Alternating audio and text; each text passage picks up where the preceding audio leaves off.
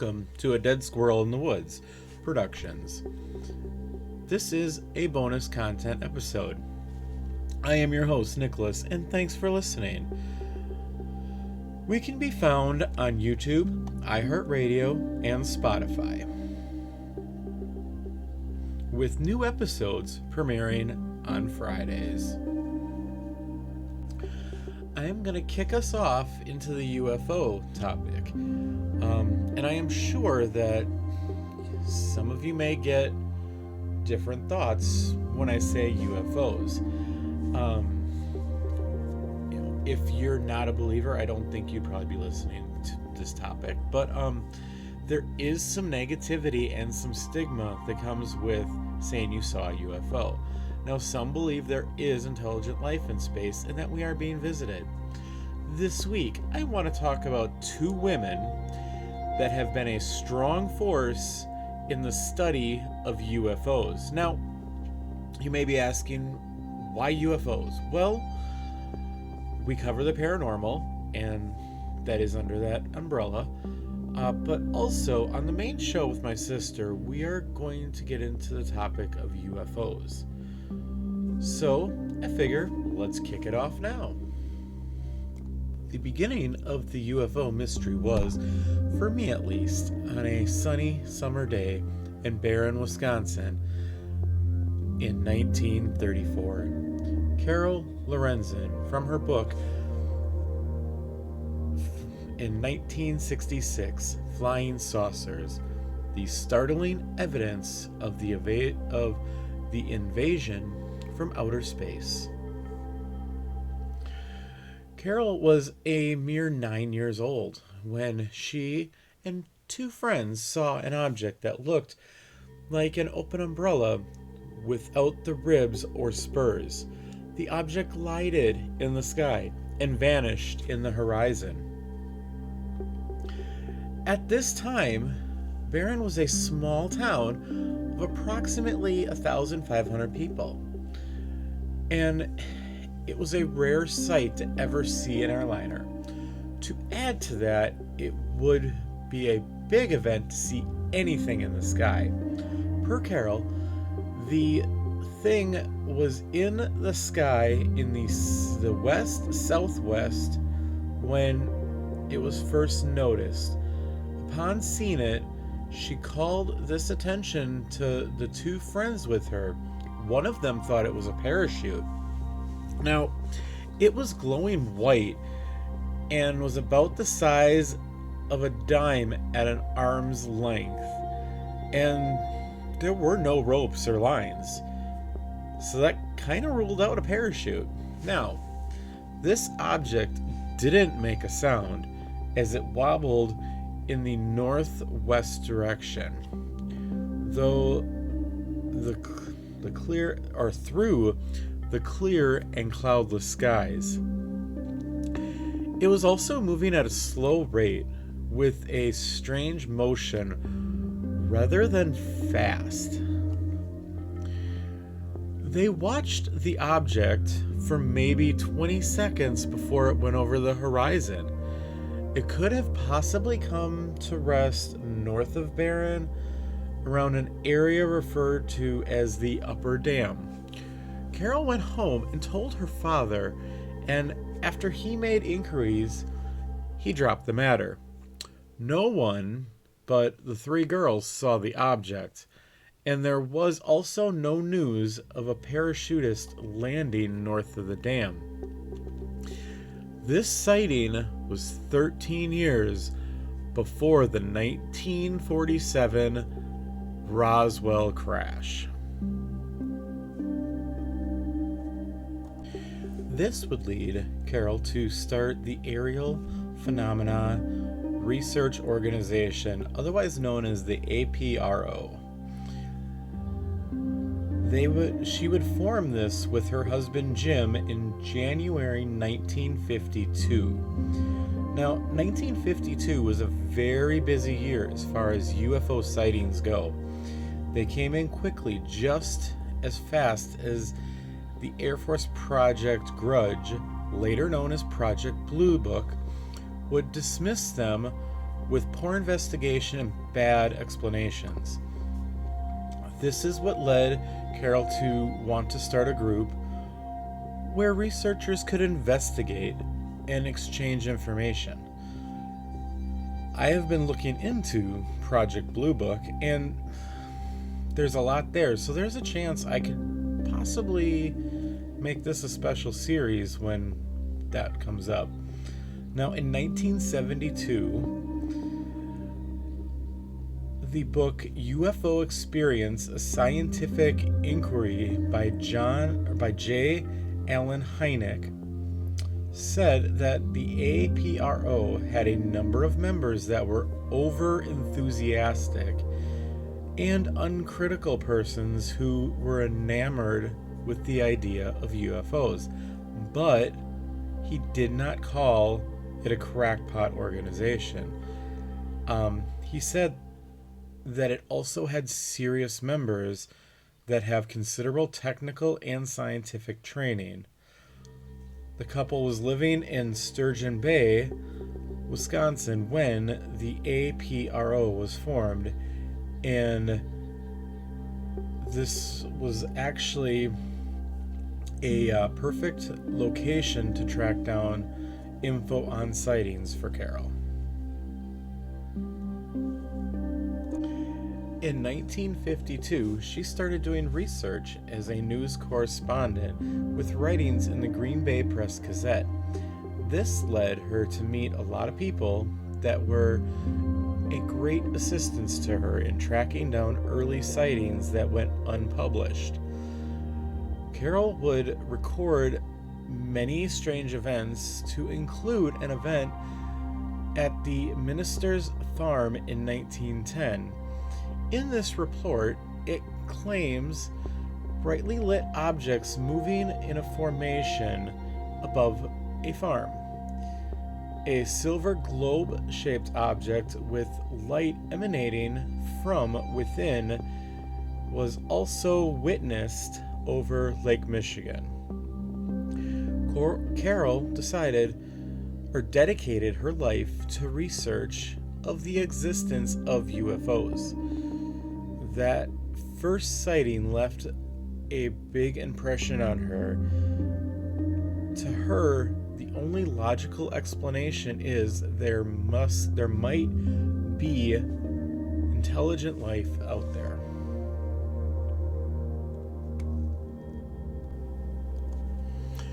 On May 21st, 1952, Lorenzen and other residents of Door County, Wisconsin, would witness what is known as the Sturgeon Bay Flying Saucer.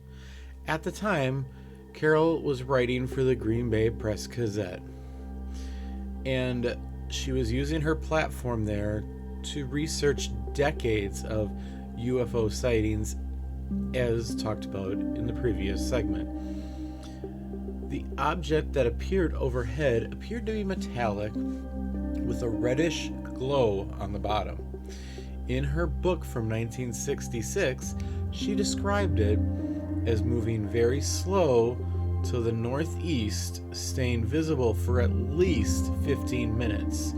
Carol and Jim estimated the object to have been approximately 780 feet in diameter at an altitude of 40 miles.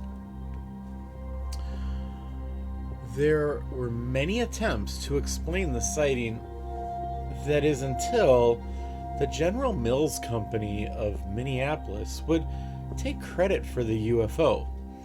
They would say they were testing balloons designed to transport equipment in the upper atmosphere for a secret project called Project Skyhook for the U.S. government.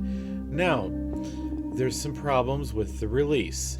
The release did not address the reddish glow on the bottom, and General Mills did not address that the balloons they say they were testing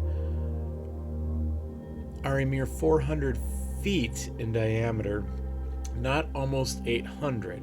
So they left out this fact on how about the diameter of the balloons. So that begs the question, what was in the sky that night?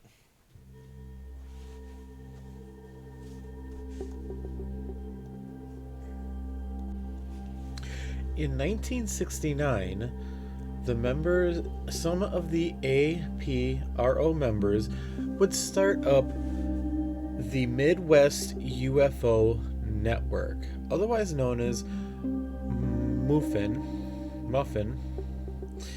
This is a group that basically broke off of the APRO. This group is still active today and has chapters in every state and 3,000 members with more than 390 field investigators. Now, Carol and her husband eventually moved to Arizona, and the APRO was active until her death in 1988. She started the framework for a lot of the research and the ability to communicate with each other and investigate sightings that do happen.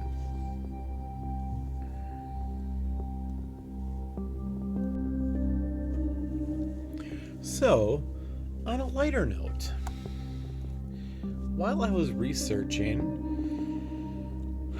some articles came up with related stories on the topic. So I clicked on this link and it took me to a tangent of some sorts, a quite interesting one. So I have a question for you. Are you covered? You have auto insurance, health insurance, renter's insurance, or possibly homeowner's insurance. Some people have pet insurance, there's dental insurance. Well, where am I going with this? You may be asking. Well, the real question is, do you have alien abduction insurance? Yes, you heard me right. This insurance is provided by the St. Lawrence Agency in Florida. It will protect you if you somehow get abducted by aliens. Now, this is a novelty policy. However, if you were to actually be abducted, you may be provided some form of protection.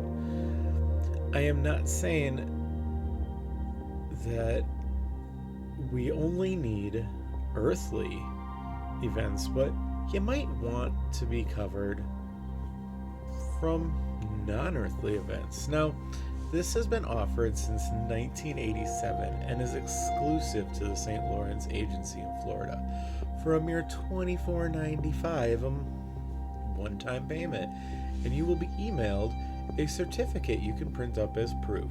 Now, if you want a framed certificate, you can splurge and spend an extra $5, $29.95, and get one printed up for you. You may be asking yourself, what coverage do you get with this policy? Well, if you are abducted, there is a $10 million payout in case you happen to be actually abducted. But of course, you have to prove it. So this covers multidimensional rides, protection from sarcasm from your family if aliens insist on conjugal visits, encounters result in offspring if an alien refers to you as the other white meat. You may qualify for $20 million. So, if you're looking for a fun gift for a friend, family member, or yourself, look no further. Now, just to be clear, this is a novelty item. This is not actual insurance. And now, let's get back to the topic we're on, influential women in the world of UFO study. Now, I'm going to discuss Leslie Kean and her contribution to the U.S. government taking UFOs seriously. She is the author of the best-selling book UFOs, Generals, Pilots, Government Officials Go on the Record. And this book was in 2010. Now, Kean would say that the government ignores UFOs and, if pressed, come up with false explanations. Her book gives people that were not able to speak out a chance to tell their story, or were afraid to speak out based on the stigma saying you've seen a UFO, especially people of a certain stature. Now, her involvement began in 1999 as an investigative reporter working for a public radio station in California. A colleague in Paris would send her an interesting new study from former high-ranking French officials talking about the existence of UFOs and the impact on national security. This is known as the Kamata Report, and this was the first time any country that any size, any group that is of this size or influence would speak out about this. This was 13 high-ranking French officials. She was given this report, and this is what got her hooked on the issue of UFOs. Now, this led Leslie to explore the subject more without telling her colleagues, because at this time, this topic was considered to kind of be out there, pun intended. Now, the topic of UFOs in the media was infected by conspiracy theories, disinformation, and just plain sloppiness, to be honest. Now, with that said, this subject came with a lot of stigma, and this was a big risk she was taking. Now, this report changed the reporting direction that she was going to be taking. She was able to get the first article on the report published in the Boston Globe on May 21st, 2000, through a reluctant editor, but she got it out there. And this is how the Kamata report was introduced here in America. By the way, she was the only one to get an English translation of this report. So now the article was a success and was picked up by the New York Times and other newspapers across the country as well. This would lead to correspondence for witnesses of the events from pilots, generals, and that would be the basis of her book, the UFO generals, pilots, government officials go on the record. I am actually currently in the middle of reading the book. I got the introduction done. I'm going to be reading the first case soon. So she currently is part of a TV show on National Geographic called UFOs Investigating the Unknown. And I've been watching this. I record it, I DVR it, and I watch it, and it's actually an interesting series. And in my opinion, it is a good watch if you are into this topic and how the government has handled the existence of UFOs. Now, one of her beliefs is that about 5% of sightings are actually unidentified, and This isn't proof that there's intelligent life out there. UFOs do exist, though, because there are unidentified flying objects out there that have no explanation. And this could be a risk to national security. And that's where she's coming from on this. But she was brave enough to come out to the public with the information on a topic that comes with a lot of stigma in the media, and it could have ended her career. So, to me, she's an influential woman in the world of UFO studies.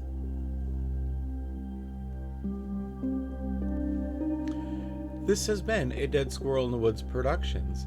This episode was edited and produced by me. Be sure to check out our webpage and socials. We can be found on YouTube, Spotify, iHeartRadio, and for more info, we are on Facebook. As always, if there is anything you would like us to cover, you can reach out on Facebook or on our website. Hope you join us for future episodes.